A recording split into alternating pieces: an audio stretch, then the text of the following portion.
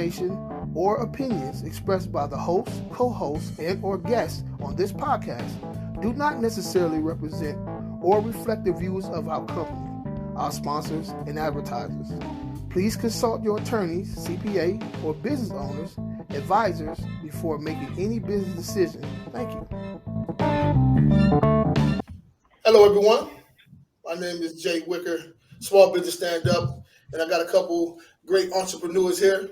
So you guys introduce yourself. Go ahead, Johnny. You jump it off first, brother.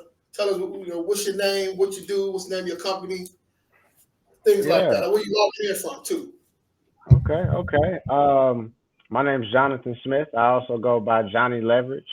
My company is called Ennead Infinite, and what we do is we help successful business owners and investors spend less time wondering about key financial decisions and spending more time focusing on what it really takes to make their business grow and thrive. We specialize in tax advantage strategies, retirement strategies, private banking strategies, a lot of moving parts. And I'm located in Dallas, Texas, but originally from Dayton, Ohio. So I like to consider myself a national or international kind of guy. I do business with anybody, anywhere, as long as you're forthcoming and truthful. I'm with you. But yeah, that's me. Well, excellent. Welcome to the show. All right, Allahme, talk to us. Talk to us, Allahme. Hey, everyone. Can you hear me? Yes. Okay. Hi, everyone. How are you? I hope you guys are enjoying your day. My name is Allahme A Dixon. I'm actually in Southern California, born and raised, native Californian. And what I like to do is just basically go over my business and some of the things that we do and how we can help you take your business to the next level. Again, as you can see on the screen, my name is Allahme A Dixon, the credit boss. And they call me the credit boss for a reason, because what we do is we help entrepreneurs and individuals who are trying to break out of corporate and to becoming entrepreneurs. We help them fully structure their business, build their business from the infancy stages, EIN, fictitious business name, LLC.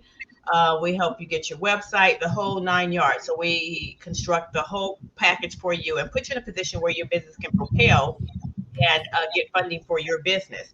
Now, I have a pet peeve, and I go to networking events all the time, and I hate to see entrepreneurs spend their personal money on their business. So that's where I come in and I show you how to structure your business so that you can qualify for business credit and use your business credit for your business and not your personal credit. Absolutely. So as you guys can see, we have some experienced entrepreneurs here, man. So I'm gonna try my best to try to challenge you guys with some questions. I know you guys don't knock them out the park, man. So let's break this thing down. Listen.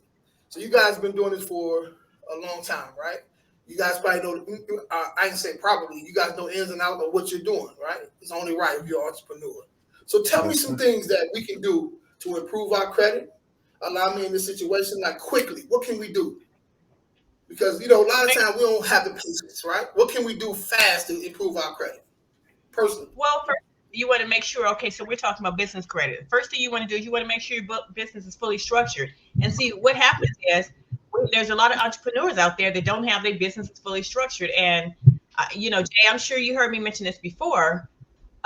If you have a business, your business email should not be a Gmail account, because that's a red flag. If you deal with someone at Coca-Cola, you're not going to have XYZ at Coca-Cola@gmail.com.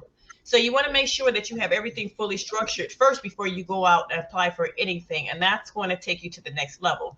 So there's a step, there's a tier step for you to take in order to get your business to the next level. I don't suggest with anyone just jump over and start applying for business credit cards if they don't have the proper score in their personal credit, because oftentimes a lot of banks ask for a PG before they start giving you business credit. A PG is a personal guarantor. You want to make sure your personal credit is on point before you actually start applying for business credit. So the first thing I can say to you is make sure that your business is fully structured and everything is consistent and concise. You have your email address, you have your website, because they check. Trust me, they do check. Website, if you got a virtual address, make sure everything's consistent. Same name, everything is consistent before applying for business credit. Absolutely. Absolutely. So, Johnny, so how long have you been doing what you're doing, bro? I've been in the finance industry. Ironically, I started in auto finance, so I got a background in dealing with underwriting and credit myself, but I started that in 2014. Um, Somewhere along through my career, I picked up a book called The Banker's Code by George Antone and really started digging into what it was. I started off at Capital One. So, really starting to connect dots between, the things that I see going on at work, the behind the scenes things, and then what we deal with as consumers and the fair or unfair treatment that comes from it. And that book also it took me down a hole of learning about life insurance and the benefits of life insurance as a vehicle for money. It changed my mind as far as thinking about being a banker instead of a business owner or an investor because, consumers consume, producers produce, bankers finance both. Um, Absolutely. so since 2014, I say is when I started my journey. Really got serious about the insurance thing in 2019. As far as like full time on it, not just passively learning. Got my license. Started off with Colonial Penn. Just recently left National Life Group on their sales desk. So really just being a student of the game. Probably going on about 8 or 9 years now. I'm 32 now, so Yeah. yeah, just been doing So, my so thing. what are some of the what are some of the things that you can do with life insurance that people are not familiar with? So I'll say that people buy life insurance for usually three reasons. One reason is probably the worst is that people get it as a statement that shows a symbol, a status symbol, right? You just say you have life insurance or I got $1 million policy. That's the worst reason. The second reason, which is okay, which is to leave it for somebody else, to leave it for your family, leave it for your kids, charity, whatever that may be. The third reason, which is the best reason and the only reason I'll ever talk about it, is still to leave it for our family and whatever generational legacy, but it's to see the living benefits, not have to get sick to see living benefits, but begin to create tax-free income streams from life insurance policies, whether that comes from a sophisticated design or just as simply as having a rider added onto the policy in the form of a lifetime income benefit rider, which a lot of people don't know that, I could have a life insurance policy and I wouldn't just say completely replace a 401k, but supplement it, fund it because there are no limits with how much you can put inside a life insurance policy. The death benefit just rises up the more money you want to put in. So now you have a vehicle for growth that has a contract that says I'm able to receive lifetime payments at the age of 60 as long as the policy's been in force for 10 years. Wow. And, the insurance company is contractually obligated. It's a unilateral contract, meaning they're the only ones with an enforceable promise. So we as consumers, when we educate ourselves, we get to see that, man, I know they just said I should just get this or whoever it is, or you see the Waka Flocka post or whatever the case is. But now you're really being able to understand, like, no, this can be a vehicle that's safe from creditors. It's safe from market volatility. I know people right now who are completely safe from these market downturns. They don't use a 401k. They have an IUL. And even when the market turned down and they weren't able to get, anything credited, they still allocated to a fixed strategy, which depending on the company ranges anywhere between 3 or 4% growth on their money. It's just sitting still. So, that's really the main thing that if I ever impart to people is even with trust. We do trust planning as well. Living trusts don't provide living benefits, but that's all we'll ever get told about when you go speak with a lawyer or a majority of lawyers. They won't begin to know the tax code implications that say, all right, well, it's a fun fact, and I'll end it on this note, and we'll go to the next question. The castle over in England that the Queen lives in, right? It's held inside of the Windsor Trust. This trust has been around since I think like 1533. that very same law that keeps that trust that the queen the castle that she lives in is applicable today. It was the same type of trust that J.D. Rockefeller used when he had Standard Oil. And I'm talking about people are able to have ultimate tax benefits. They're able to avoid, pitfalls of being, sued or creditors or things going for their things, their assets. And these are just, little small things that you just like, I try my best to educate people, because once you have that education, then you're able to do your due diligence. And then ultimately, we're going to have a conversation again, because you're like, all right, I did my research. How do I get started? But point me in the direction of what I need to do. And that's where I'm here to help. Man, that's huge right there. So allow me. So what's better, personal credit or business credit? Well, they all serve a purpose for different things. So, having credit overall, having personal credit and business credit is good, but having your personal credit on point is phenomenal, because guess what? You know how they say cash is king, but guess what? Credit is power. So when you have credit, you can walk anywhere. You can walk into any facility, whether it's a dealer, whether it's getting a house, or whatever, your preference is. You can walk in anywhere and you can get whatever you want with a decent interest rate. So, it's good on both aspects, but I'm going to tell you something right now. Personal credit, if you have your personal credit on point, that's number one. Because see, the thing about it here with your business credit, you can have business credit, you can establish a business and you can have credit in your business. If your business folds, you can walk away from that business, and your personal information and your personal assets and all of that's not going to be impacted. But you can't just walk away from your personal information, because that ties to your social security number, it ties to your address, it ties to you, who you are. And personal credit nowadays, if you want to apply for a position in corporate or something like that, they run your background, especially depending on what type of position it is. Like I always say, I've been in accounting and finance for 38 years. They've always ran my background. They always done a consumer check on me. And so that's what they do. So if you, and it also tell them your character.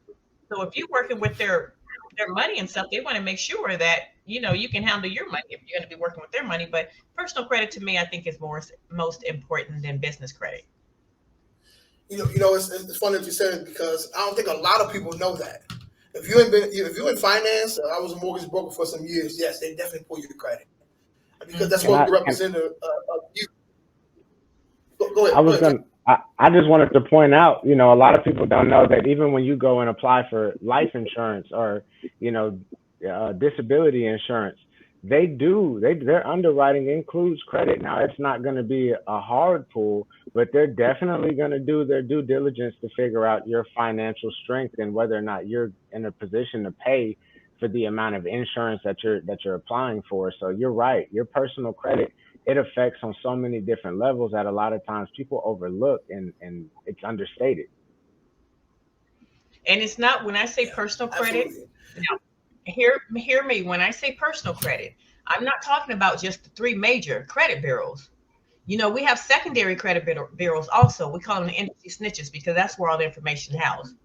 But I'm going to tell you something right now. Allow me, break that down to me. What you call it again? The industry snitches. What did you call it again? The industry snitches. I've never heard that one before. Okay, all right. Let's do it. All right. Go ahead and break it down. The reason why is because the furnishers furnish the information to the NexusLexis, the StageStream, the CoreLogic, the ARS, the Innovis. So those are the secondary credit bureaus where the information. So if you're talking about on a personal tip, if you're challenging something on your personal credit report and you send a dispute letter to the three major, they're going to reach out to those folks. And those folks are going to verify the validity of the information. So when it comes to insurance and, applying for a job, I'm not talking about, they're not just running those three majors. They're going to NexusLexis also. They're going to ARS. They're going to Innovis. They're going to run those secondary credit bureaus to see. Okay, so I know the majority of people haven't heard of those companies, or those credit companies. What is that? Mm-hmm. So I know you said the 3 credit bureau, right? Equifax with TransUnion and Equifax, I think it's called. So what is the other ones Yes. you were saying? So the secondary credit bureaus are ARS, and they all serve a purpose for something different.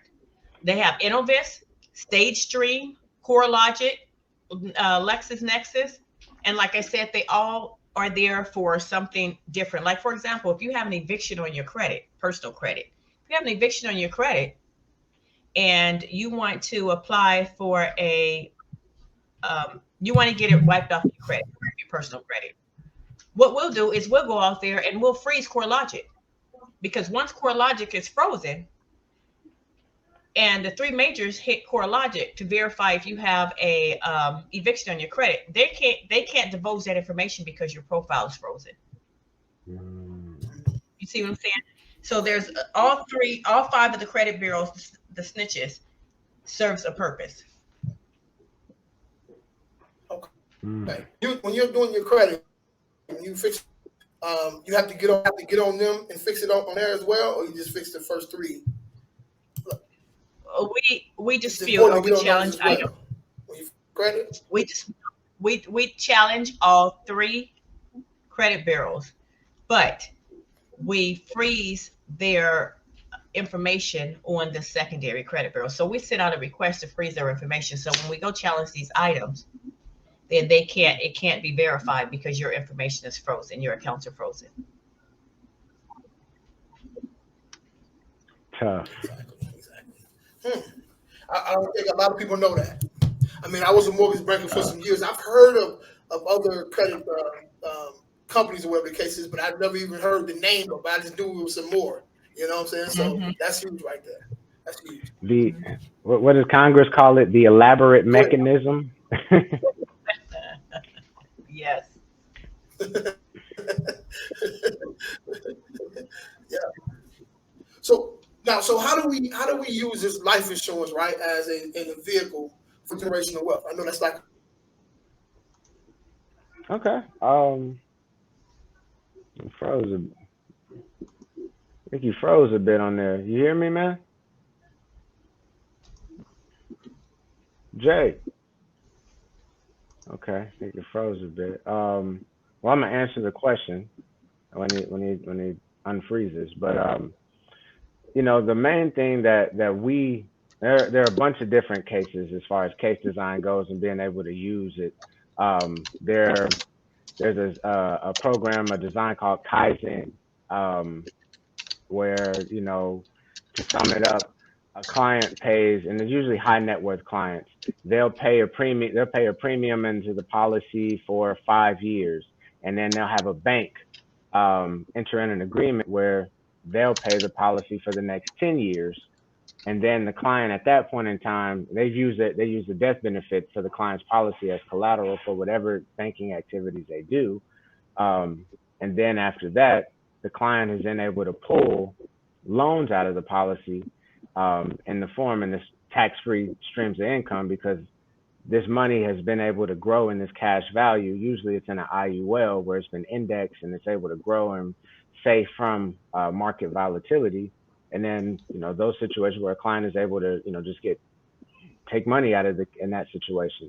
There's another case that I mainly use. We call it the flip policy, which Allahme, this would be ideal. I definitely need to speak with you on this because, it's the same concept of funding of insurance policy, but we can actually use alternative, methods of funding a policy, whether it be flowing money from a HELOC, using a business line of credit. And we do have ways to pay an insurance policy with a credit card, even though insurance policies don't accept credit cards. So being able to like I said, banking strategies, the bank uses our money and they turn around and loan it out and they make all this money they put our money in life insurance.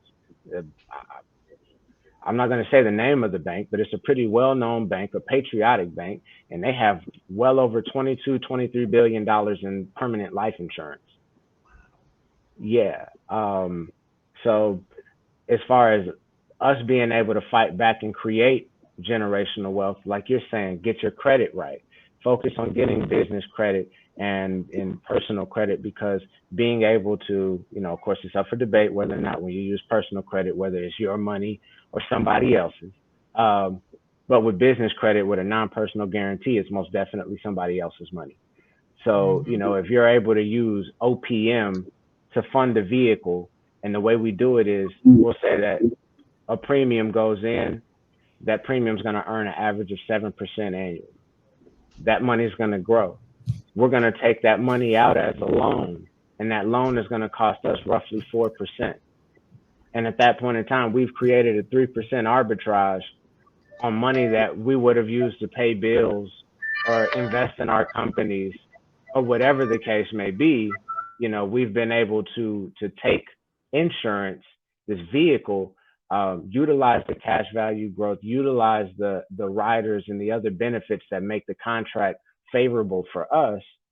And at that point in time, depending on how we structure it, we did a policy for someone, a design where you breaking up, the Johnny? guy, how about now? Am I good? All right.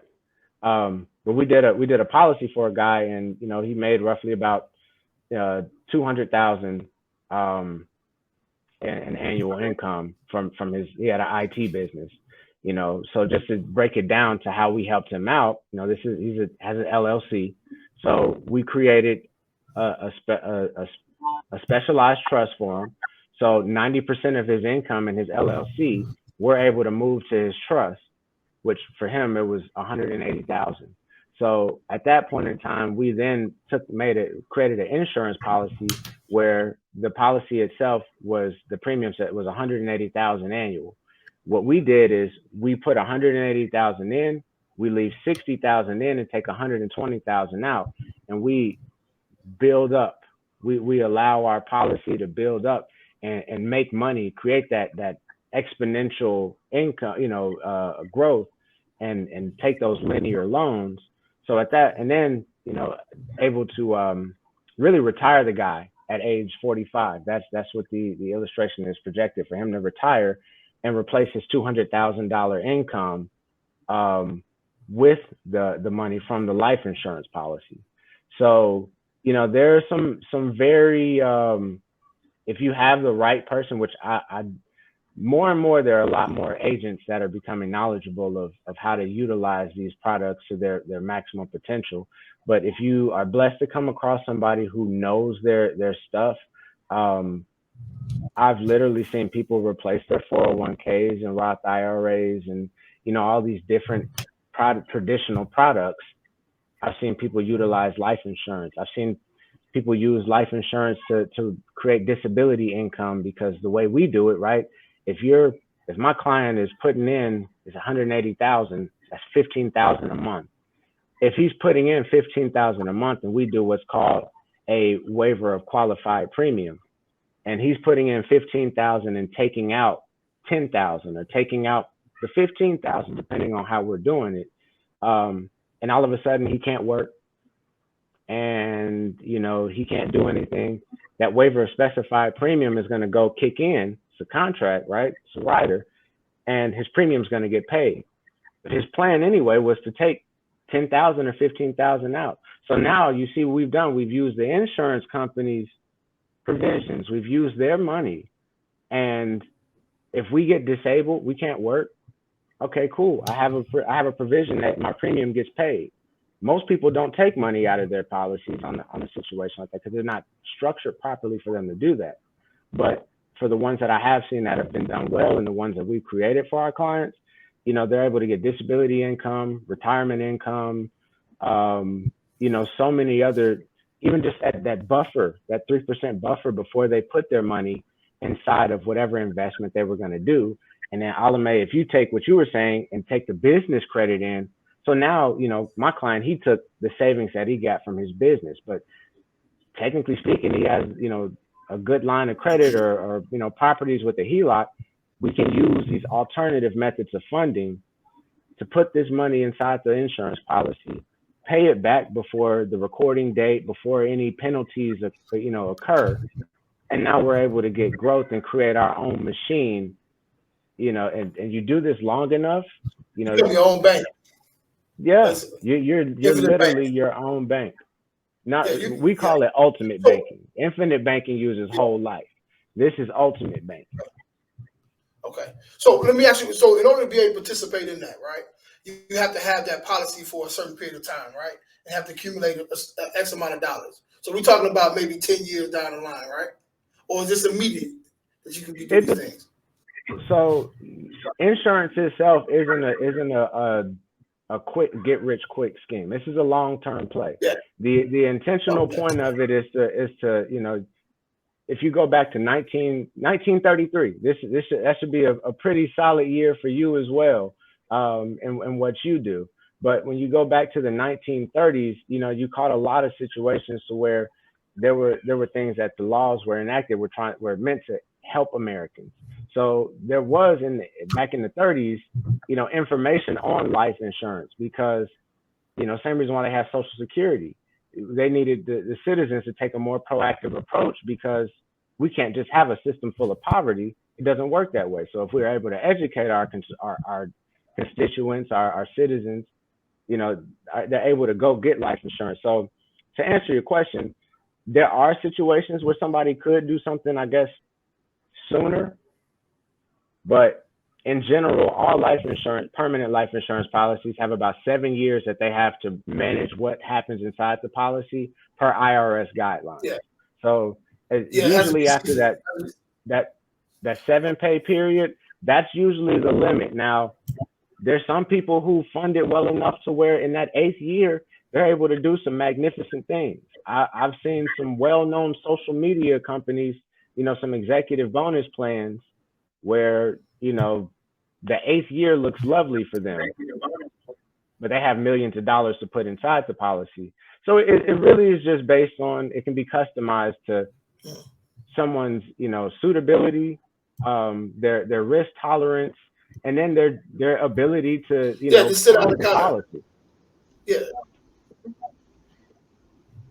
So Johnny, I have a question for you. Yes, ma'am. Yeah. So you mentioned just got to get with someone to kind of sit down with that. They kind of work. You mentioned that someone. You mentioned that someone will put in $15,000. I'm sitting here thinking now because I'm analytical. Now, if they open an account and it's called a waiver of specified premium, right? Mm-hmm.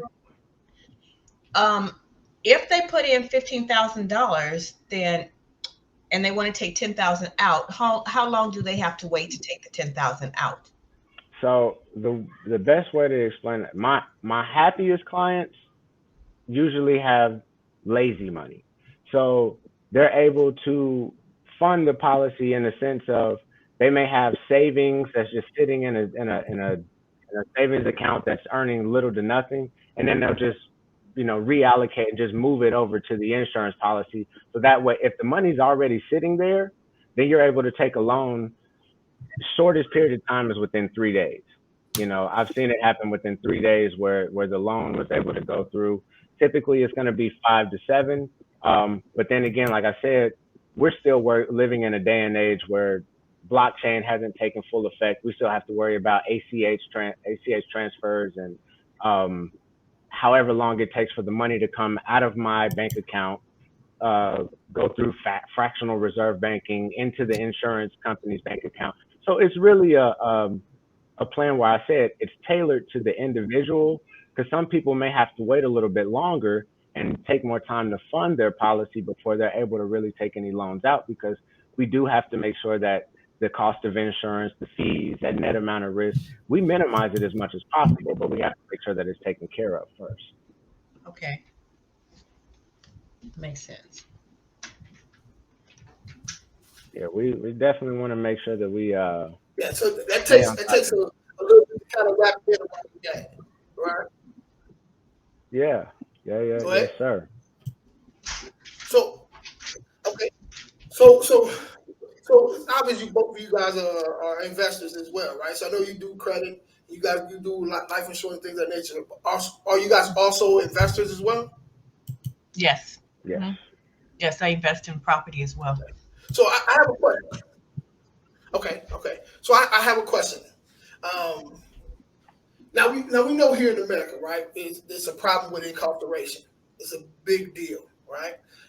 And let me show you something real quick. I was looking at this today, and so we know private prisons is big money, right? And so it talks about there's over 2.3 million inmates nationwide.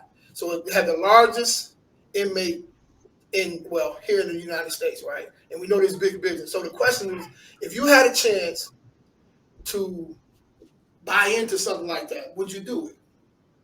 Nope. If we're investors, and why? I wouldn't do it for for more than one reason. If you're asking me if I would invest in prisons, no, I don't have faith in the judicial system, and that's just me. So I would not invest. I have personal interest. Is the reason why I don't have faith in the judicial system. There's a lot of people in there that's unjustified. So I'm not giving them money. Now, if I wanted to do something as far as prisoners, I will open up a group home or a facility that's helping individuals get out of prison. And that's what I do with females right now. Help females with their credit, help them get on their feet and things of that nature. But if I had to invest in prisoners, I would do it with the men as well. I would open up a facility where they can come out and get acclimated into society, introduce them to a lot of different programs so that they can be successful and not return. But I would not give money to the prison system. Man. What about you, John? First off, I wouldn't invest in an already established system. We live in Texas. You and I, Jay, we're in Texas. A lot of I went to Prairie View. I went to Prairie View A&M. So, imagine me I'm originally from Ohio. I come down to Texas. I'm in college, and they're like, stay off the grass. This used to be a plantation. And then going and finding out that like the Ellis Penitentiary used to be the Ellis Plantation. A lot of the plantations, they either went to Wall Street and became insurance companies or investment banks, Goldman Sachs or like that, or they became private prisons. Now, what I would do in the same line of that Allahme said was I would probably invest in my own. To where, if it's a private prison to where I have a controlling interest in, then we can begin reformation. We can create programs. But it's right now, the closest that I'll get is municipal bonds. That's the closest I'll get because, the other name for police brutality bonds, because that's where all this settlement money really comes from. And that's how these people on Wall Street are still able to get paid off of, I'll have to get your information at the end of this, and I'll send you a document I got that breaks down on municipal bonds, right? You I don't know if you all watch that show Billions. Mm-hmm. So when Axe, in the episode where Axe the Sandicott, there was a casino going into this certain town, and he bought all of those municipal bonds. He basically owned the town, the school buses, the library, the police, for all the municipality.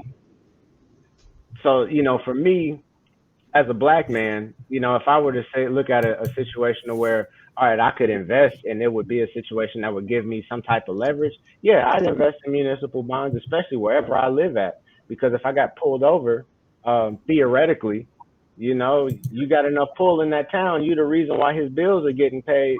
There's no reason why you should be getting bothered. Oh, yeah, that makes sense. See, but well, I'm kind of like Allahme as well, man. Talked about these prisons. It's a lot of people that's in behind bars, man, for stuff they didn't do. I have a now who's doing life for stuff we didn't do. I have multiple family members have been in and out of penitentiary and things of that nature. And I see how rough it is. I mean, to make a call, how expensive it is to to get a stamp to mail stuff, how expensive it is. You go in the vending machines, how expensive it is. A lot of products used today are actually that a lot of times we don't even know about it. But a lot of that stuff is actually prisons. Mm-hmm. A lot of it's made in the prisons. You know, sometimes you make those calls, you think those calls are overseas or whatever. Sometimes it's in prison. They answer them calls. Cheap You know labor. So it's definitely big business, man. And I know that's a personal thing. It definitely is. And a lot of them getting paid 20 cents or 50 cents or something like that a day or something like that, right? And work a whole 40 hours in a week or whatever the case is, man. Definitely that's high end for real. That's high end. Yeah. Like I have family members in Angola. I have family members in Angola, which is ironic that they name a prison after a country in Africa. Right. But literally, it's a prison in Louisiana, and to my knowledge, it's still slave-like, field rodeo. It's still slave-like conditions. The 13th or 14th Amendment. Horses, all that, man. Yeah, so it's a sad situation. It's a crazy game, listen, and you're in Cali. I can see a person, right, who don't know because people like when I moved here, I'm from Michigan originally, right outside of Detroit, right. So that's all we seen people going in and going out of penitentiary like all my life, right. Now I remember coming to Dallas and I'm talking to a guy, young guy, and he was like, "Man, I don't know anybody who's been to jail before." That's how he grew up. So for him or her to invest in something like this, because people gonna do some bad things, or whatever the case is, I can see how they can say, you know what, I might as well put this money into this private prison and make me some money, right? Because it does nothing. They continue to build prisons, seem like every day, right? And you go into some of these areas, right, where there's nothing there. They build a prison up and the whole community pops up. You got a gas station there now. You got a, mom and pop store here, and all the Walmart go up, and it's a whole city now, right? Yeah, and because they need to accommodate prisoners. They need to accommodate. You may have 3 generations. Yeah, so you may have the grandfather work there. You may have the son work there, and the son work there. And the grandson is working there. So it's. Man, I can see how people would do that, man. But me personally, not knowingly, I couldn't do it. I think if they go ahead. I was gonna say I think if they do it, is mostly out of ignorance. Because I can say with my life, I've been blessed to see both sides of the spectrum. I'm like I said, I'm from around the way that you're from. I'm from Dayton, Ohio, West Side. And then we throughout our time there, we ended up moving, to a better neighborhoods, and then ultimately I ended up graduating high school from Plano, Texas. So being able to see it on both ends, and then when the crazy thing is I ran into people in Texas in Plano that you would thought would have that mindset, but it just goes to show you just being able to be aware of it. And I think now because of social media and technology, it's not like these things are new. There's always been police brutality. There's always been all of these horrible things in the world. It's just now it's so easily accessible to be recorded and shared with the rest of the world. Yes.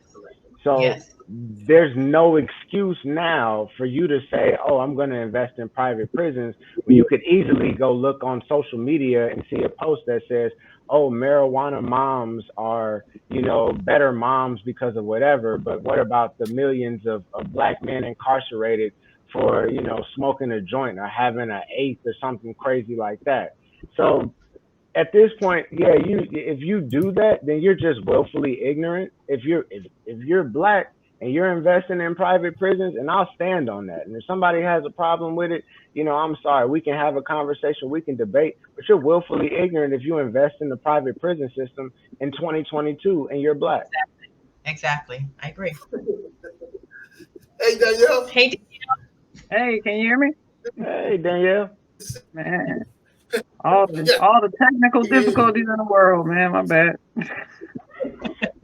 Life happens. You won though. I'm on my phone though. The laptop. I had to throw the laptops away. You won. That dedication, that hard work and dedication. You know what I'm saying? So that's huge. But yeah, it's interesting, man. How there's so many factors that goes into that too, man. Because when they need to fill those prisons, it's a lot of stupid stuff that people get locked up for. You know what I'm saying? Like I was listening to this thing the other day where a little kid or whatever was at school, and I guess he went off on somebody, well, just talking loud or whatever the case is, and they came up and arrested him, took him to jail. You know what I'm saying? Like what? Like for arguing at it? Like man, it is crazy, man. You know what I'm saying? So I don't know, man. But I know. I want to hear Danielle's perspective. I want to hear Danielle's perspective. Yeah, I do too. So the question is, Danielle, right? So we know we're entrepreneurs, right? And we're looking for opportunities to possibly double our money as fast as possible. So the question to you is, would you invest into private prisons? I heard Allahme's response, and I would probably be more aligned with, I think there's a lot more things that we can invest in with a similar, I mean, yes, it is a very aggressive return. I just watched a video about a guy who he makes stupid amount of millions investing in flipping prisons, but how about we invest in the things that prevent people from going to prison? That's what I'm focused on. Invest in, like she said, a halfway house, or like the programs, because my 2 pennies, I ain't gonna get on my soapbox, but the police, that's a whole different thing. So we got to operate outside of that whole system to try to start from the root and solve some of the problems that lead to people going to prison.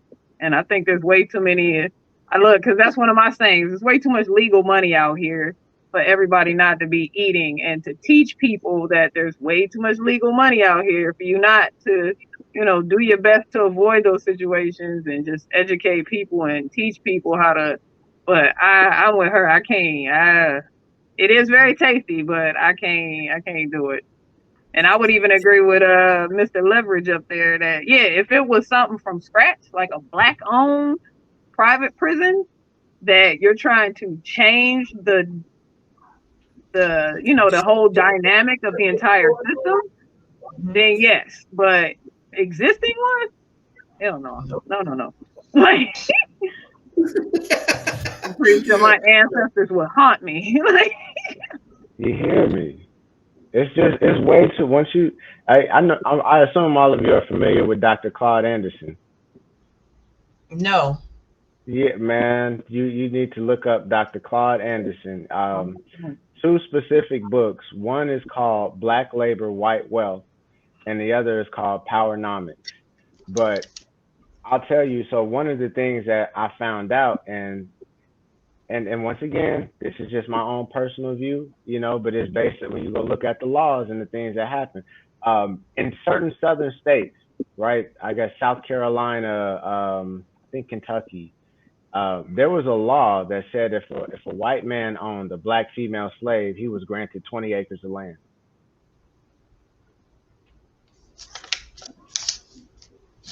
Look, we ain't gonna get started on all those laws. So it's like you said, when we're talking about this judicial system, it's finding a way to separate out of it, because I specifically mentioned that because Jay deals with real estate. Let's look at the history. If we look at the history of it, then we can, get some inclination as to how to prevent, things that happen in the future. So if you mean to tell me they were distributing land based on, somebody being chattel, I'm just one of those people to where it's like, look, get it right now. They did talking about digital real estate, so now you have a digital likeness. Somebody may be sick enough. I think I saw somewhere on, I think it was Earn Your Leisure, the Ian Dunlap. I think there's something about like slaves, like digital slaves, and him or 19 Keys were speaking on that. But it's crazy, the depravity that a lot of these individuals were perpetuate. And then at that same time, we have to be aware of it, because how much manipulation is really going on in all these different things that we're talking about. Like that leads people to the prison system. Beforehand it was like we were talking about, just marijuana or the war on drugs. Or I used to be in the music industry tough. I was an audio engineer by trade and I wanted to be a rapper, but when whether that secret meeting in hip hop happened or not, you're able to see too many, just follow the breadcrumbs. Young Thug is in jail right now. They watched this dude for 10 years. He was talking about shooting at people's moms. And a lot of these same people that are benefiting off this music and this music industry, perpetuating these ideas, are the same people who are investors in the private prisons. They're the same people who are getting that return. So they're double dipping, triple dipping. They may got some municipal bonds going on. They may get money off of whatever this record label and this ignorance that you spewing, and then get money off the private prisons when you don't wasted your life and went away. So I agree with you, Danielle. It's mainly about us. We're in a position, us four, and every entrepreneur, Black entrepreneur watching this, we're in a position where we have to fight back economically, because it's not going to be won by marching.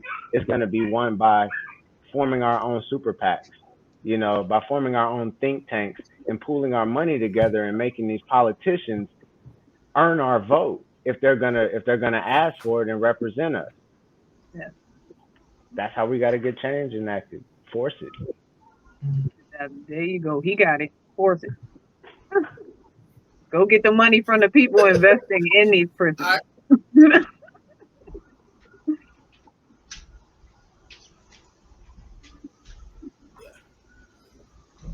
So the question, kind of shook everybody up yesterday. My system is going crazy. I don't know if you guys can still hear me. Can you guys hear me? Yeah. Yes, we can. Yes, sir. Okay. So last week we had a question that really kind of, I don't know if you guys remember, kind of set the whole panel on. We was talking about nepotism. Are you for it or against it, right? So here's the cousin to nepotism, right? Well, not the cousin, but here's somebody who live up the street. All right, let me know if you guys somebody that live up the street. Nah, these ain't the same, man. Well, I guess you could. I guess it's not the cousin, but it's right around the corner. Yeah, I was gonna say, because I'm all for nepotism. I'm gonna be real. Can you guys see that? Yeah, we can see it. I see it. I'm all for showing love to each other and showing, if you can help your people get a job and you can help them get the high paying job, and he's gonna work for it and he's gonna do it. Yeah, look out for your folks because they looking out. But gentrification, nah. Because it's too many of us. You in real estate, man. Most of us don't have a firm grasp and understanding of what people still selling grandma's house. They still selling granny house. Look, so I'm gonna tell you, I'm in Birmingham. So Birmingham City is over 80% Black, and that word right there is what is a very strong motivation for me to help businesses and to talk to people so that they don't do exactly what he said. Because so many selling grandma's house, they're not taking care of grandma's house. Bank come in, here's a little $10,000. They take a little 10 racks, think they won. They lost. They come in, and I went to one neighborhood. I'm like, this is beautiful. And the dude was telling me, he's like, that's not what it was 10 years ago. And I don't understand why we as a unit beautify your own neighborhood. Put value back into your own neighborhood. Somebody else does not have to do it for you. All they do is just clean some stuff up. Invest in yourself first. And it goes back to that root cause. Teach them the importance. Land ownership, like you said, you're in real estate. That's all the country is. It's a big game of Monopoly. Don't give up your properties. I don't care if it's Baltic Avenue. Don't give it up. You can get to Broadway one day, but if anybody's ever played Monopoly, they know how important that first row is. If you're trying to sneak, if you're trying to get leverage in the game. So no against it. And they're not growing any more land, so that's one thing they're not growing. So what about you, John? Think, bro. Up to are you with gentrification or what? Nah, not at all. Not at all. I mean, don't get me wrong. At this stage of the game, I'm pretty harsh So I'm real big on accountability. So I feel like if you mess up a position, then you just gonna have to wear that egg on your face, because we all got to be accountable for our actions. Especially if you had somebody like you, me, or Danielle, or Allahme, or you heard this and the message was brought to you, you know. But I'm big on that as well, because the monopoly aspect is what I base my business on. Become the bank.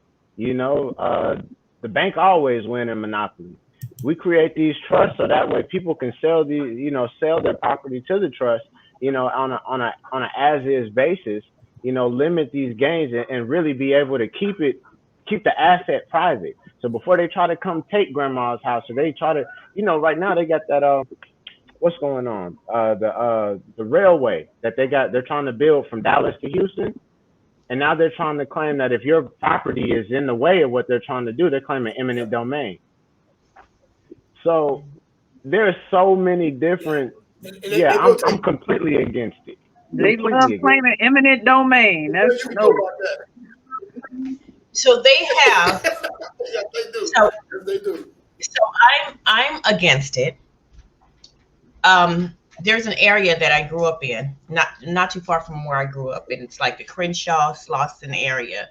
Are you guys familiar with Nipsey Hussle? Okay. You can see my wall right here. Nipsey's looking down at us as we talk. Okay, so it's that area right there, that whole street. I was down there.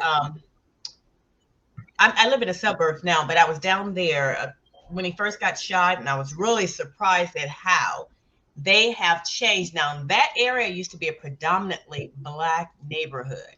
Okay. I went down that street. They have the railroad going down there with a train, and all of those houses that was on that street are now in apartment buildings.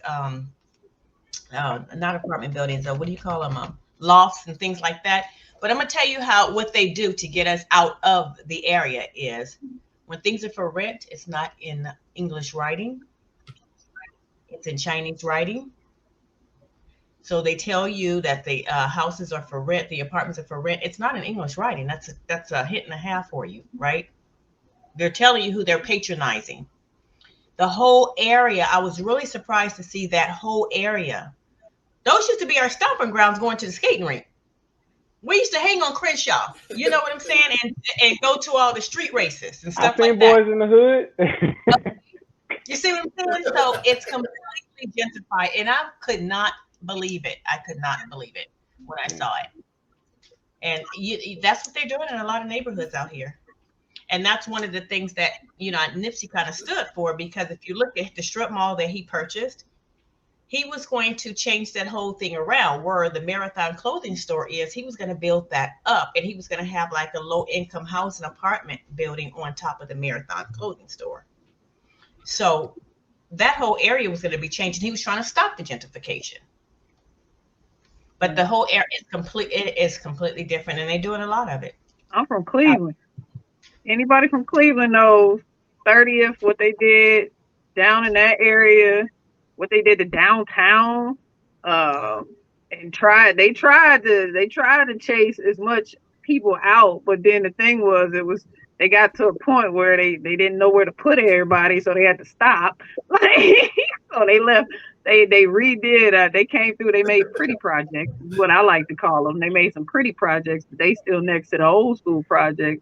And it's just a big chase game, because we started going into the suburbs, and then they was like, well, I guess we don't want to be in the suburbs. They wanted to come back downtown, so they started making downtown prettier, pushing us out of the area. So it's very interesting, actually. Like, when you really study those patterns, like, y'all just don't know what y'all want. You say Cleveland, Ohio? Yes, sir. Born and raised. I'm from Dayton, so I definitely understand what you're talking about. I know a lot of good folks from Dayton. So I'm about to say, almost every city in Ohio is just slowly turning, and somebody has to come in and stop it. Yeah. So, wow, this is deep, man, because I'm in real estate, so I understand the whole behind it, right? I don't like the part that people who don't have money, where they gonna go. You know what I'm saying? I definitely like that. But my whole thought process when I'm purchasing a property, I'm wholesaling a property, is with the potential that anybody to come in to fix it up and sell it for a higher price. But unfortunately, it's booting a lot of people out of their homes. You know what I'm saying? Because if a nice home pop up in your neighborhood, that's $100,000 more than what you paying for your property. That raises your property taxes up. Sooner or later, you're gonna have to make a decision. You're gonna stay here, pay this higher amount, or you're gonna move. But one thing for sure, these people they're greedy, right? It's going to happen. When they see an area that they want to focus in, they just slowly but surely they come to this area and wipe everybody out. Mm-hmm. Now, our thing would be right now, we see it happening. We need to start now, start cleaning it up, getting it to where it needs to be so these people can't come in and take over. You know what I'm saying? But like my man was saying, if they want to do that train through here, they holler eminent domain, ain't nothing we can do. It's going to go right through your room. You know what I'm saying? Ain't nothing you can do. So I'm kind of torn when it comes to that, man. There's stuff we can do. We got. No. I got remedies. I got a remedy and a lawyer I can put you in touch with to where you can protect your property from eminent domain. So if somebody sees this and they come holler at you, you look me up and we will put you in contact with the right attorney to get you the right protection. So that way that doesn't happen, because we all know that the forefathers was business owners, right? They were entrepreneurs just like how we are on the phone. So whenever these laws and everything get created, they build a back door. They build a secret passageway out of it so that they don't get hit with it. I was just about to say, a lot of people don't realize that, because I remember learning about eminent domain real early on, like, oh, this is terrible. And the problem is a lot of people think that they can't fight it. So they give up in the first round before they even know. You can hold out. And like you said, you get the right lawyer, you be the only house left on that block. Everybody else can hold out, but you can. So I hope somebody listening, don't fight it. If you are in one of them areas, stay in your house. It's one like that down the street from me. This is how it goes. You said one down the street from you? Mm-hmm. They cleaned out the whole area. What happens is that they say, now go ahead. I'm sorry, Allahme. Go ahead. That's okay. They cleaned out this whole area, and this one brick house, it looked like the house been there since 1920. And it's a brick house.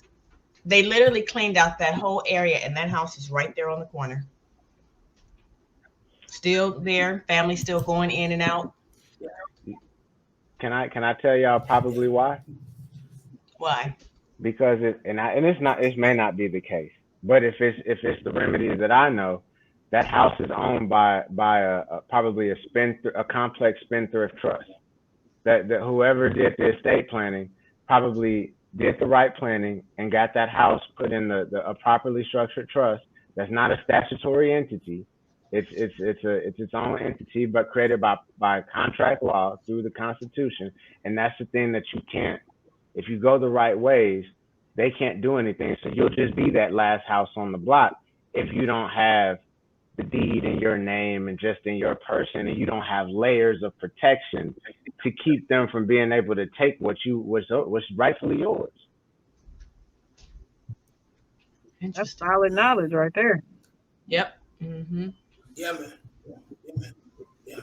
But see, here's the deal. Majority of us don't know that, but and see, this is what happened. The first thing they do, they go and say, okay, we offer everybody this amount of money for these properties. And what tends to happen, 25% of them say, you know what, I'm out of here. I'm gonna get this money, I'm gone.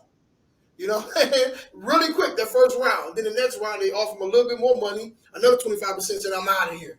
You know what I'm saying? All of a sudden, you got 50% left, and a lot of them, they're just gonna take it straight to their you know what I'm saying, their living room or whatever. And like you say, you may have that one or two houses that's kind of built around a commercial structure or whatever the case is, because they wouldn't sell it. But man, that's a tough situation, man. That's tough. That's tough. There's really no answer for it, man. Like, what do you do? What do you do in that situation? Love yourself. Say it again? Love yourself. Because if you love yourself, then you understand the value. You don't think about short-term come-ups or, you know, what you delay gratification when you love yourself. So if I had to preach anything that we could do as a community is start loving yourself. That nepotism thing I said, you got your nephew is turning his life around trying to do something. You got a position you could put him on. Don't turn your back on him like everybody else does. Because when George Bush was effing up in college doing coke, somehow his daddy still found a way to help him become governor and then president. Mm-hmm.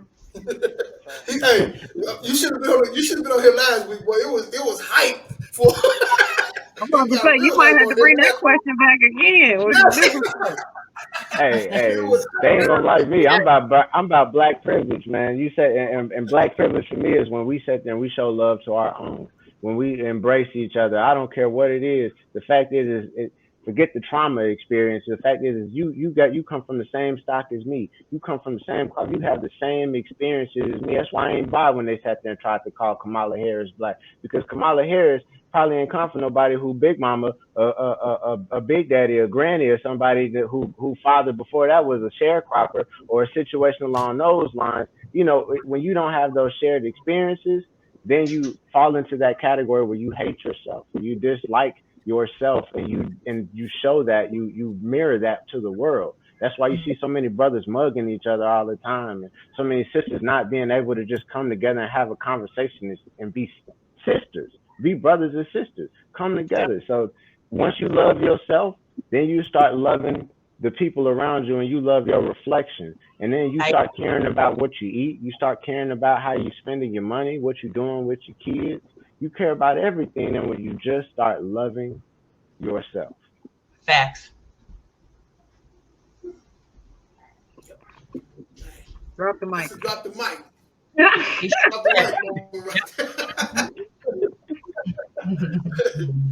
Drop the mic moment. I ain't even practiced that. Man, so that's even better. When you're passionate about it, it comes natural. That's the thing. Exactly. Jay, he got you on that. You don't even know how to come back to that. Huh? Just go on to the next question, man. Go on to the next question. I'm trying to. Because what I wanted to do here now, this is something I got going on. I have a lot of questions, but I wanted everybody to get on it at one time. Like it's some stuff I'm gonna have to save the next week. So I'm gonna adapt to what I'm doing. So out here. So I'm gonna ask you some stuff about your business, Ms. Danielle. So how's everything going with you? In your business? Everything is going very well. I'm getting ready to consider starting a partner with a life coach for a portion of my program, because it actually, Johnny said it, like for me, working with entrepreneurs and people with small businesses, or they want to start a business, a lot of it starts with that mindset piece. And I'm considering expanding to branching out and having a life coach work with them for like 1 week to make sure, because you have to be in the right mindset to start a business. You have to have yourself right, and you have to have your mind right. And because a lot of people, too many people, like they think a side hustle is a business. That's not a business. You know, they don't understand all the intricacies of everything that we've talked about over these past couple of weeks. So just trying to make sure that they are in fact in the right mindset. So that's what I'm working on right now. So I'm excited to develop that. Launch that. What you say now? So how are you buying to be able to do that though? Right? Like, I mean, as entrepreneurs, right? A lot of us have 1090. I mean, we work a job and we entrepreneurs as well, got families the whole time. How are you buying out the time to be able to do that? You gotta make the time, man. That looks like. I was gonna say you have to make the time. You know what time I get up in the morning, man. When it's grind time, you gotta wake up at 4 a.m. and get it. Ain't no time for sleeping, man. Ain't no time for eating. If you want to get it, you gotta go out and get it. And that it goes back to the mindset, because that's where a lot of people are limited in their mindset, where it's like they don't think they have enough time. Go ahead, write down everything you do. How much time you spend on the phone, how much time you spend streaming some show you probably don't need to be watching. I listened to some motivational speaker, and he was like, man, I don't watch that shows. I watch them shows when I'm on an airplane. He's like, you know, if I'm going to get money, that's when I watch that stuff. And that's true. Just being able to judge somebody how they spend their time. You know, some people they get stuck on TikTok. TikTok is like a damn fly paper. it's like you gotta limit that. Post something, get off. Like you can't get lost. I got stuck watching some video. I didn't even know what was going on. I was just interested the whole time. Like you gotta learn how to acknowledge, like, you know what? I'm wasting a lot of time right now. And you gotta cut it off. Or bucket it and say, Sunday is my time wasting day. Saturday is my time wasting day. But Monday through Friday is grind time. So it's all about how bad you want it. You know that. And that's what, and you got 50-11 podcasts, man. Let's look at it now. Yeah, it's a lot going on. I got about 2 more coming up here next week. Well, we do the stock thing on Saturdays too. So yeah, look, I have to make sure that I'm very organized.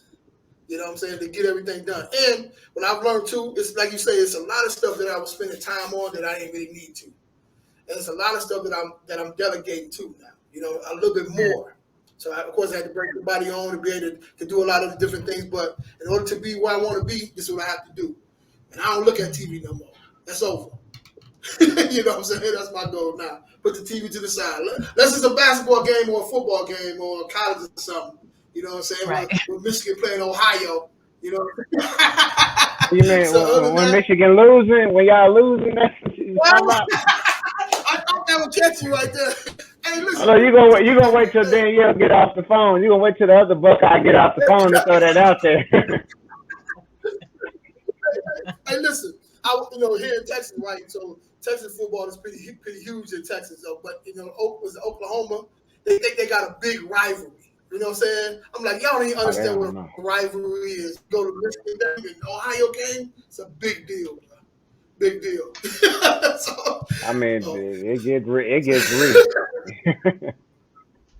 Yeah. I seen somebody get jumped in 4th grade at a private school because of Michigan and Ohio State. Wow. The white boys were going at it at the private school over Michigan and Ohio State. I'm telling you, it gets real. It's real. So allow me. So the next 5-year plan, what it look like for you? Because as entrepreneurs, we know we still got to be projected. What that look like? Honestly, Are you just pushing buttons?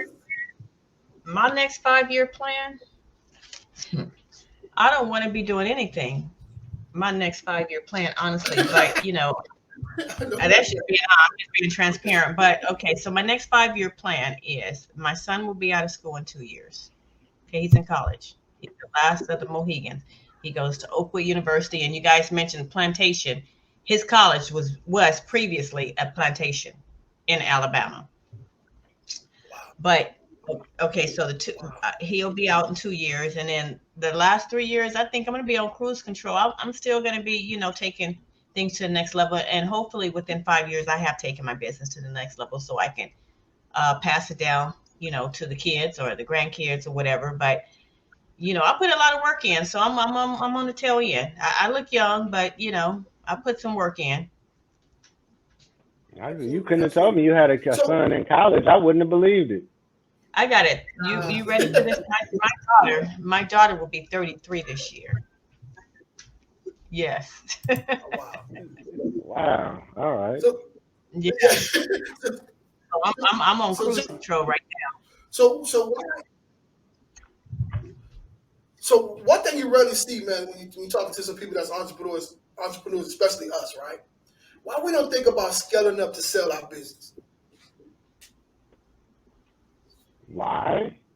Because most of us haven't realized the difference between, as Danielle said, a business and a hustle. See, when you have a business, you're providing opportunities for other people. You're stimulating an economy. You have processes and systems. It's so hard for a lot of people to sit down and even just come up with a system or a flow of, okay, when I get a client, this is what happens first. This is what happens second. This is what happens third, blah, and so forth and so on. So that's the big thing, is being able to separate the difference between being a business owner and a hustler. Because once you get to the point where you understand that, you mean to tell me I could create a system and bring somebody on and show them this, and then they can be doing this for me, or I can hire a virtual assistant. And this, like you said, Jay, you hit the key. You answered the question before you even said it. The other things that you've been doing to help delegate tasks, that's the true mark of somebody who's going to be able to scale their business. And that, go ahead, my bad. I didn't say anything. I You thought doing your thing. I didn't say nothing. Yeah. No, sir.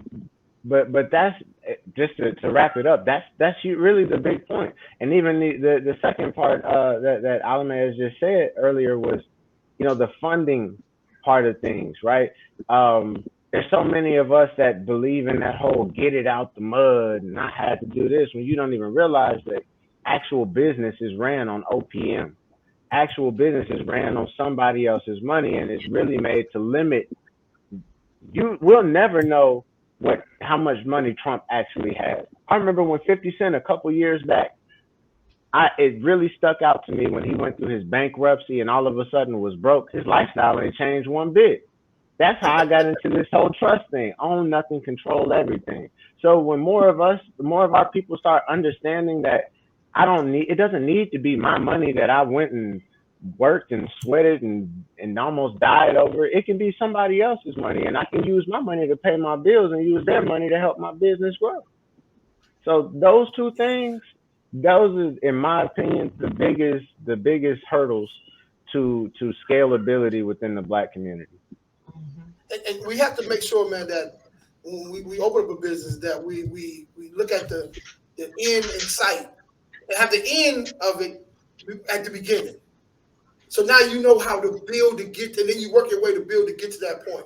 But like you said, when you look at your business as a hustle, that's it. And I heard this guy say this the other day. He said, a hustle is just that. It's a hustle for a short period of time. It shouldn't be the life of your business or your life. It's a short period of time that you do that hustle, that grind. I got one more thing. I got one more thing, and I'm gonna wrap it up for this. For me, and this is in my industry where I do a lot of estate planning. So surprisingly, right now, the majority of my clients that I actively work with are really all in my demographic. They're Black men in their early 30s, which is awesome. But the one thing that I'm able to notice with them, and even amongst myself, is we were blessed to be able to see somebody in our community, older Black people. My grandmother, she retired from Lockheed Martin in HR and went back to work for the city of Fort Worth. She started her own practice and started working for the credit union that she was originally working at, called Standard Registered Credit Union. So for me, being able to see my grandmother and my grandfather be able to live the life they want to live, the house they want to live at, they want to go out of town, being able to see, once again, a reflection of yourself living well. Because on the other side of it, the other spectrum, it's easy for somebody else to say, oh yeah, I'm planning on they have a plan on how they're going to exit out their business because they saw grandpa. Some people I've run into are third generation insurance agency owners. So they already knew and had the blueprint from the get-go because they've already seen somebody else exit the business and then go live on the country club and smoke cigars and drink bourbon all day. They've already seen that. So for us, if we're able to emulate that, for us, especially on this call, because we're the pioneers in this generation for it. And once we're able to show that, then it's something that somebody else can replicate. But if you don't see it and you're never exposed to somebody actually creating a business, scaling it, and then when I was young, I didn't understand why Robert Johnson sold BET. I still think it's stupid, maybe now for different reasons. But now that I'm in the position I am now, I understand it because technically that's what most people build businesses for. Mm-hmm. He cashed out. Sure did. He got generational wealth behind it, Yeah. Mm-hmm. Johnny, somebody asked a question on what you do. What do I do? See what kind of work do you have? What was the question? What kind of business? I'm a financial strategist. That is what I do. I am a financial strategist and a trust consultant. So We come up, and I'll even tell you how Jay, even our connection is really just breadfruit. So aboard fruit. I linked in with Jarrell.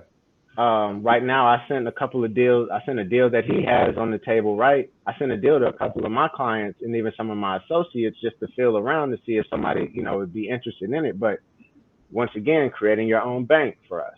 I help people create those trusts, those structures, so we can mitigate the taxes. We'll help create the life insurance, the annuity products, whatever these products that are going to be fixed, that are going to pay us out on the long term. And then we find other solutions, alternative investments, private loans, the private lending that Jarrell has. So picture for us is client takes their business credit, run it through the IUL or whatever insurance policy that they have. At that point in time, they go ahead and they lend the money out. They get paid the money back in interest, and because that interest goes back into the trust, it's tax free. So that's in a nutshell what I help people do. And it's on different levels because some people can do it better than others, and some people have to start small and scale up. But financial strategy, that's what my big thing is. Drop your number in the private chat too as well. A couple people want to know your number and all that good stuff. Email address, website, all that, and all that stuff will be on the YouTube as well when we post everything. All right. So let me see here. Hold on. Let me see. Somebody said something here. Give me 1 second. Okay. Yeah. So you got it in there. So everything's in there. So I have a question here, man. So should we be scared of this? Last week when we talked about this last week, this was like everybody was kind of like, I don't know. What's your thoughts on this? Go ahead. Allahme, what you think? Should we be scared of that, or should we be running towards it? You already know. Last week I told you I invested in Bitcoin. So yeah, that's right. You did. I think you're the only one that said you did invest in. You're right. You absolutely did.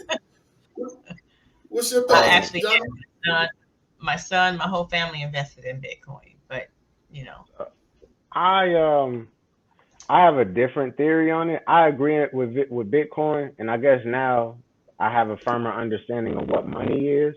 But I usually won't invest. I'm learning a lot more about crypto right now, even with my Python programming and trying to create fintech solutions, because that's ultimately where I really want to be at. But it's usage wise. So just to give an example, look at, I'm not going to go touch Ethereum, Ripple, right? Ripple's purpose is for instantaneous transfers, cash transfers. So you could transfer money, send money to somebody over in Europe instantaneously rather than the time that you have to wait on wire transfers. That's the functionality of it. For us as a community, we don't necessarily need to focus, in my opinion, on the crypto, the coins, but the blockchain itself, because this is really what's going to circumvent the copyright office, right? The copyright.gov site, right? People going there to claim ownership of it, but that's technically what an NFT is. It's really just a timestamp and a way to track ownership. So I think for us is really understanding that we could utilize blockchain and a bunch of, especially you, Jay, like real estate. They're going to start tokenizing properties. That is going to be the huge thing. So now when you have a deed or something that's being transferred ownership, it's going to be transferred digitally. I mean, I think even the state of Louisiana and a couple other states have blockchain on as far as their digital licenses and stuff now. So there's a lot of advancement outside of just looking at, the value that, a specific coin is going to have. Do I think we should invest in them? Yeah. But I think we should usually base it on, outside movement as far as the banks that are too big to fail. Because she's right. You buying the Bitcoin now when Goldman Sachs and JP Morgan are trying to get into it, it's going to bounce back up. But more importantly, the applications that these things are going to use, because this is going to completely replace double entry accounting when it's all said and done. And if anyone's listening and understands that, like, I'm gonna throw a word out, and I'm sorry, I'm gonna get passionate on this, because everybody talks about, oh, they're gonna replace us with jobs. They're gonna replace our jobs. They are. There's a thing they're working on called a DAO, decentralized autonomous organization. So they're looking to create companies where they don't have to hire managers. They have algorithms that are ran on smart contracts that fulfill a purpose. One, something is the if-then statements. If this happens, then this happens. And this is how the company is going to be ran. But if they don't have any management, right? They don't even hire people for management.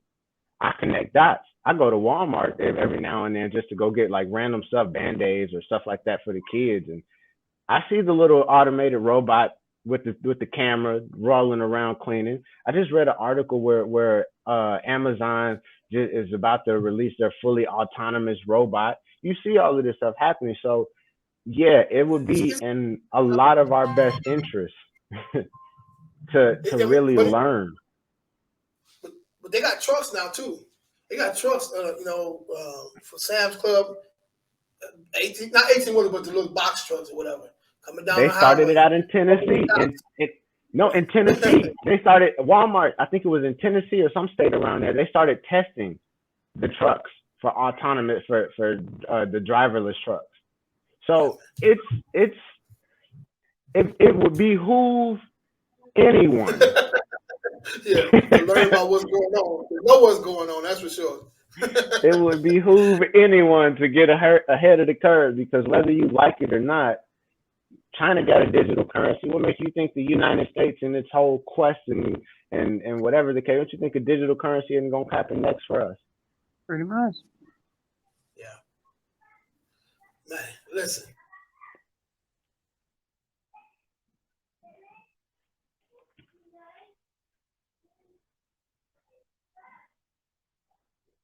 Oh man, Brother Jay, you having some technical issues today, man. Man, it's plaguing. I don't know what's going on today. Is that Danielle, Sister Danielle? Look, I can't even get on video. My laptop's trash, and then my phone overheated, so all I can do is listen. But I think there's to piggyback off of that while Jay unfreezes is there's still gonna be some stuff they can't do. I had this conversation with somebody because I've worked in food manufacturing industry, and there's only so much you can automate, and there's only so much you can't. Pretty much, there's only so much you can automate. Obviously. Can I challenge something? Can I challenge a thought on that? Just add this perspective to it. You know how they say, like, you ever heard the people in China, they talk about they don't make plans for 10, 20, 5, 7 years. They make 100-year plans. Yep. So I'm saying let's do a 100-year plan, just a thought, right? And a lot of times it's still hard for me to conceive it, even though I said it. But 100-year plan, I'm thinking of my great grandkids or my whoever it is. By that time, yeah, they're gonna fix out the kinks. It may not happen in our lifetime, but for what we're building and what we're doing and the legacy that we're leaving, we have to calculate in our movements now that we don't know when it's going to happen. But I'm pretty sure somebody said, oh, that internet thing isn't going to work or whatever the case. It's not going to happen to that point. And now, I'm pretty sure Blockbuster didn't think Netflix was going to take them out the game. I could have, as a kid, you couldn't have told me I wasn't going to go rent no videos or nothing like that. I got a little cousin that changed his life around. He drives trucks now, but we made a joke about it because when he was in school, acting up, he said he just wanted to sell bootleg CDs back in the day. And I was like, now look at where that would have got you if you kept doing that.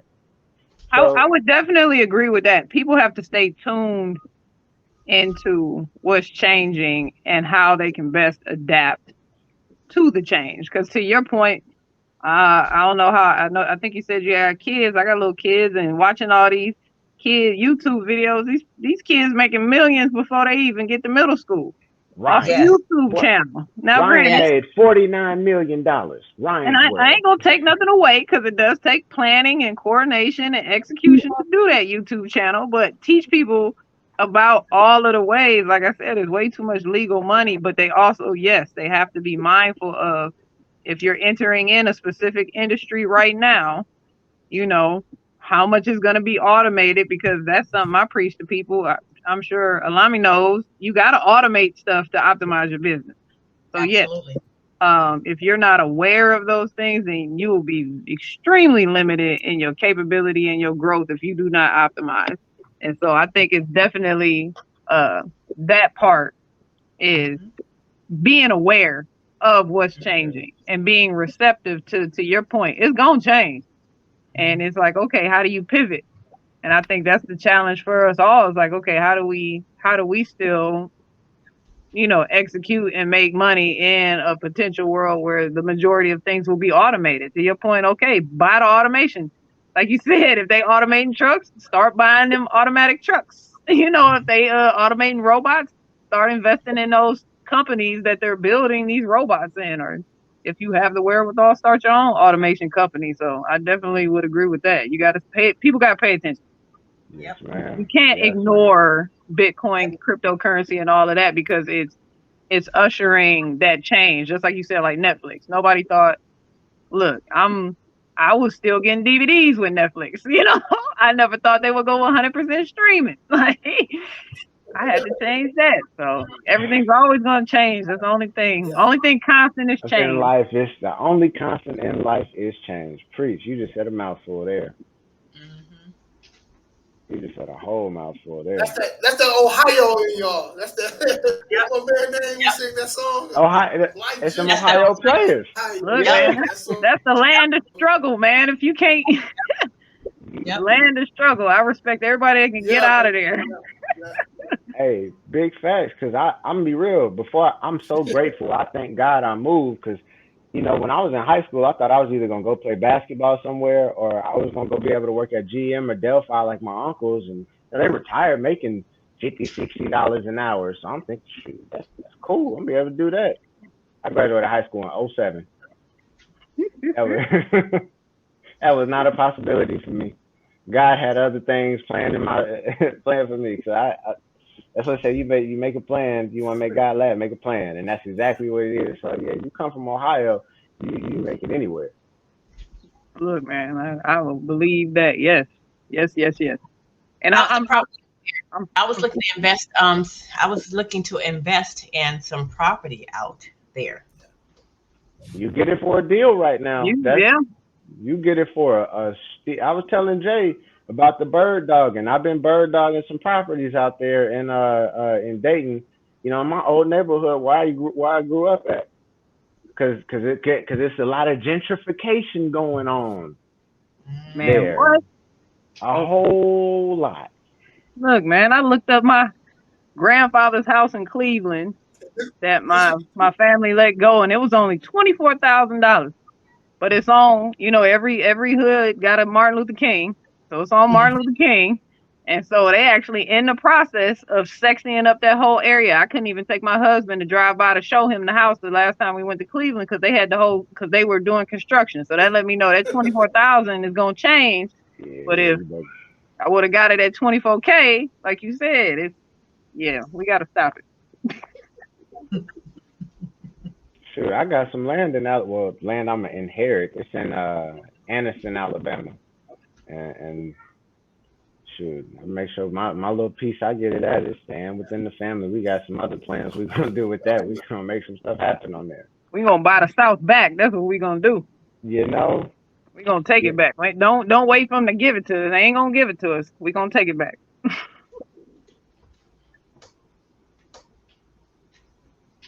I ain't trying to get your podcast banned though. Jay. Hey, you gotta forget we in Texas. You in Alabama, and me and Jay in Texas. The only person safe is Allahme. She in Cali, so it's still a little bit of, you know, they got more freedom than we got. Yeah, all of that.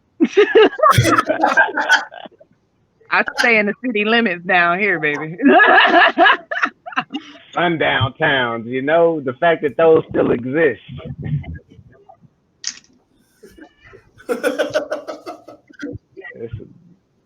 Yeah. It's a crazy game.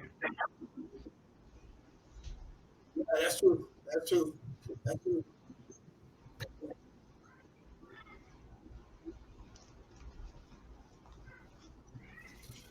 Well, look, Jay, I tried to make it a little entertaining, man. But next week I got some good information for you. But you guys, you do.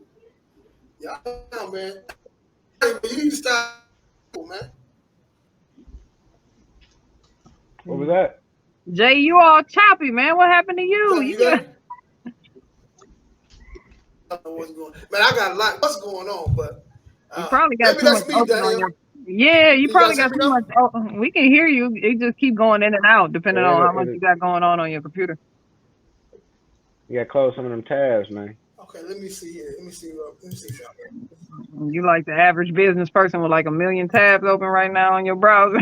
Man, I had to. You can group them together on Chrome. Yep. And I sat there and looked, and I couldn't even read which. It's just a bunch of little small tabs. I'm like, man, I can't. It was a task. Can you guys hear me? Yeah, now we can. Okay. Well, I just want to let you guys know, man, you guys did a great job, man. There's nothing I really had to do today, man. You guys took it and ran with it.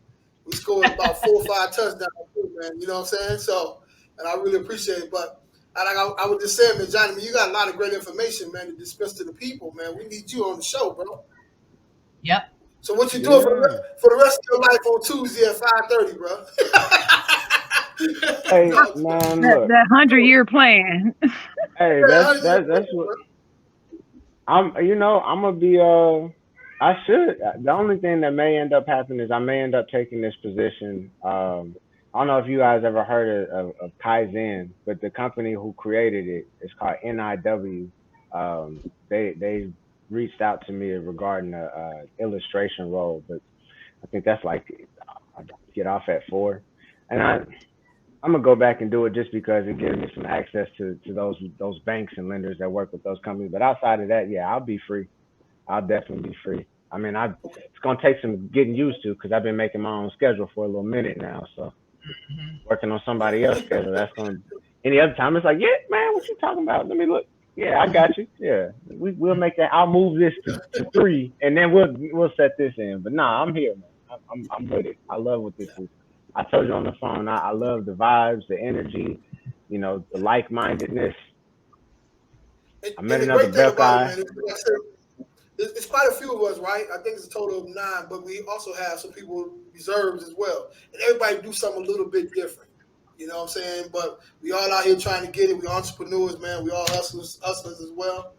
And we love to have you on board, man.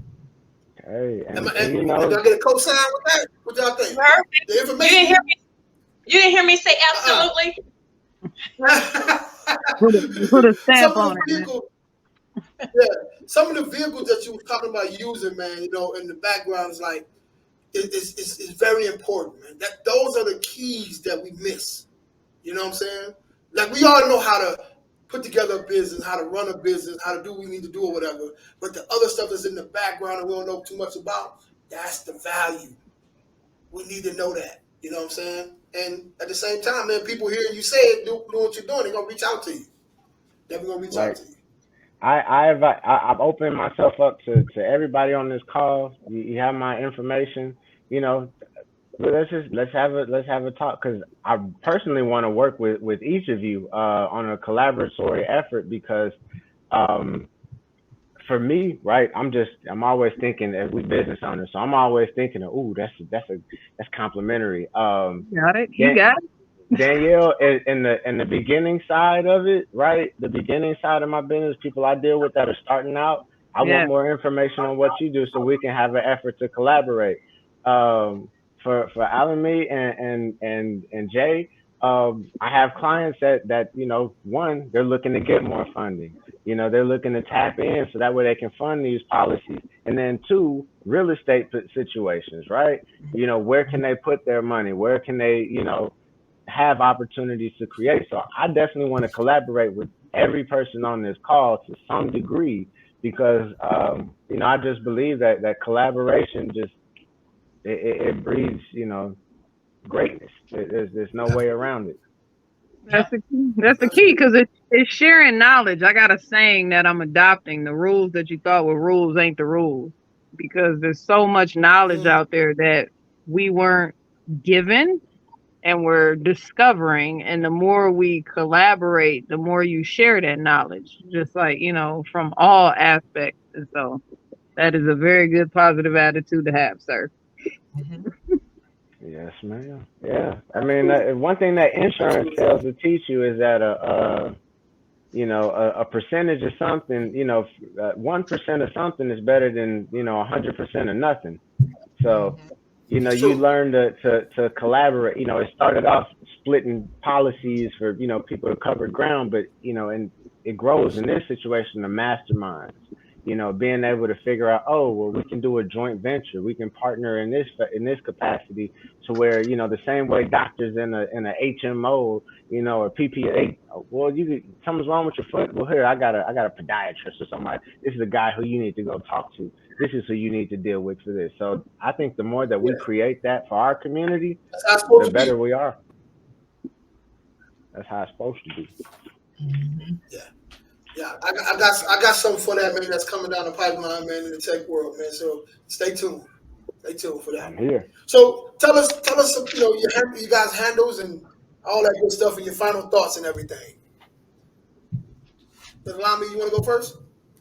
I'll let the ladies go first. Yeah. Let me think. My final thought is, you know, get control of your credit.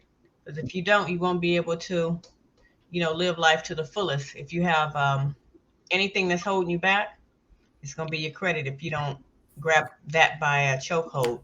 You can reach me. My website is Credit 909. You can see it on my t-shirt right here, www.credit909.com. My handle is Allahme Dixon 1 on IG. My Facebook is Credit 909. So, you know, you just Google me, Credit 909, and you'll get all my social media handles if you just Google me. Salute. Wealth of knowledge, too, guys. So you have a wealth of knowledge over there. That credit for sure. What about you, Danielle? Are you still there? All right. What about you, Johnny? Any final thoughts? Final thoughts are, you know, Danielle pretty much said it. You know, the rules that you thought you knew, you know, don't necessarily believe them, so to speak. You know, because there's always something different. And don't be afraid to learn. That's the big part. Everything that I'm able to do professionally for people now all started off because out of just curiosity, out of me just wanting to better my life for myself. And then next thing I know, opportunities just kind of fell out here. And like I said, I could show somebody how to set up a life insurance policy that looks better than, you know, a lot of the investment somebody is going to try to sell you. So, you know, don't be afraid to look at something that's, you know, a little unorthodox, or be a little uncomfortable. Step out of your comfort zone when you're learning about things, because it never hurts to make an educated decision. But I can be reached. My website is enneadinfinite.com. Let me move out the way. Ennead, ENNEAD, infinite.com. I'm just on Instagram for right now, for the most part, because concentrated efforts. Most of my business is just referrals. I don't necessarily market on a wide scale basis as of yet. I don't really need to, but I'm moving towards that. But you can find me on Instagram. That's usually how it's the best way to get in touch with me, outside of my website, where you can schedule a consultation, schedule a call. And my handle on there is Johnny Leverage, same way it's spelled, Jonny, no H's. I'm allergic to silent letters. Leverage. And I'm here to help. I'm here to help educate, help dispel some of these myths and rumors. A lot of times we just get told the wrong thing. Go buy this, go do this. And they didn't tell you the alternatives or what the cons were to doing what they told you to do. So, yeah, we're here to change the game. Dope. What about you, Danielle? Can y'all hear me? Now we can. Yeah, look, back and forth. So what we doing? Recap? Well, at least I'm not the only one going through some drama with this thing today. So, no. Any final thoughts or social media handles or how to get in contact with you, all that good stuff?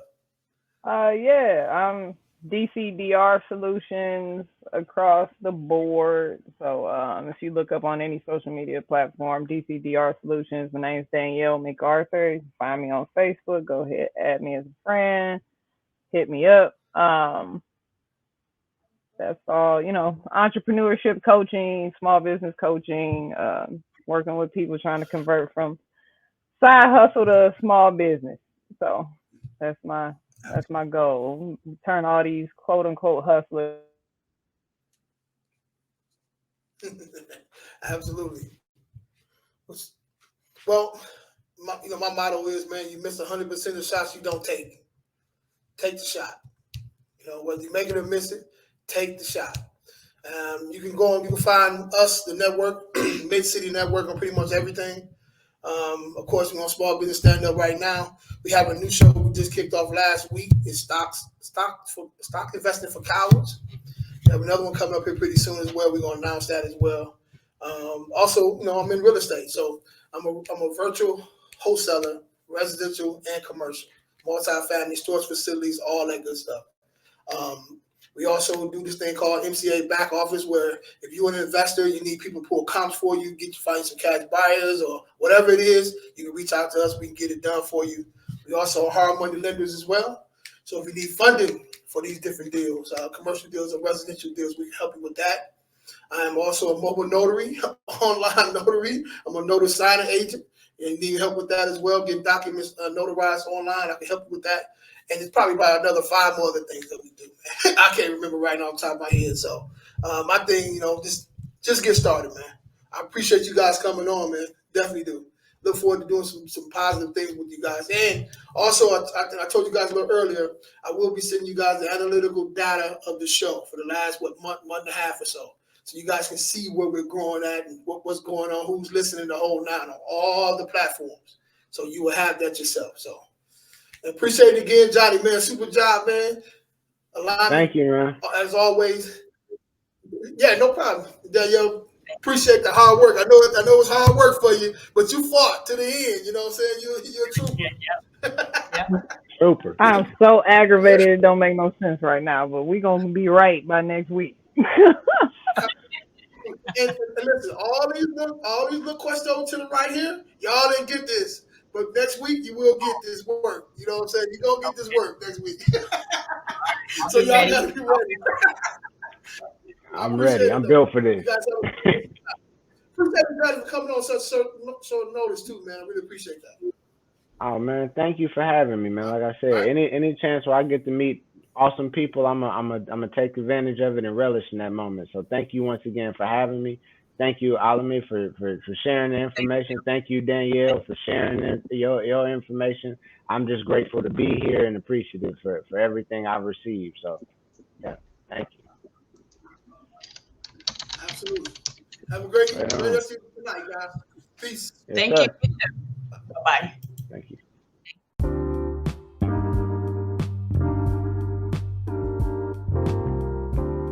MCA Back Office aims to help real estate wholesalers who have their 9-to-5 jobs, those who are busy with their businesses or family responsibilities, and even help students. MCA Back Office gives you leads, research comps, calculate offers for you. Basically, MCA be your back office. You can find them on Facebook. Just search MCA Back Office.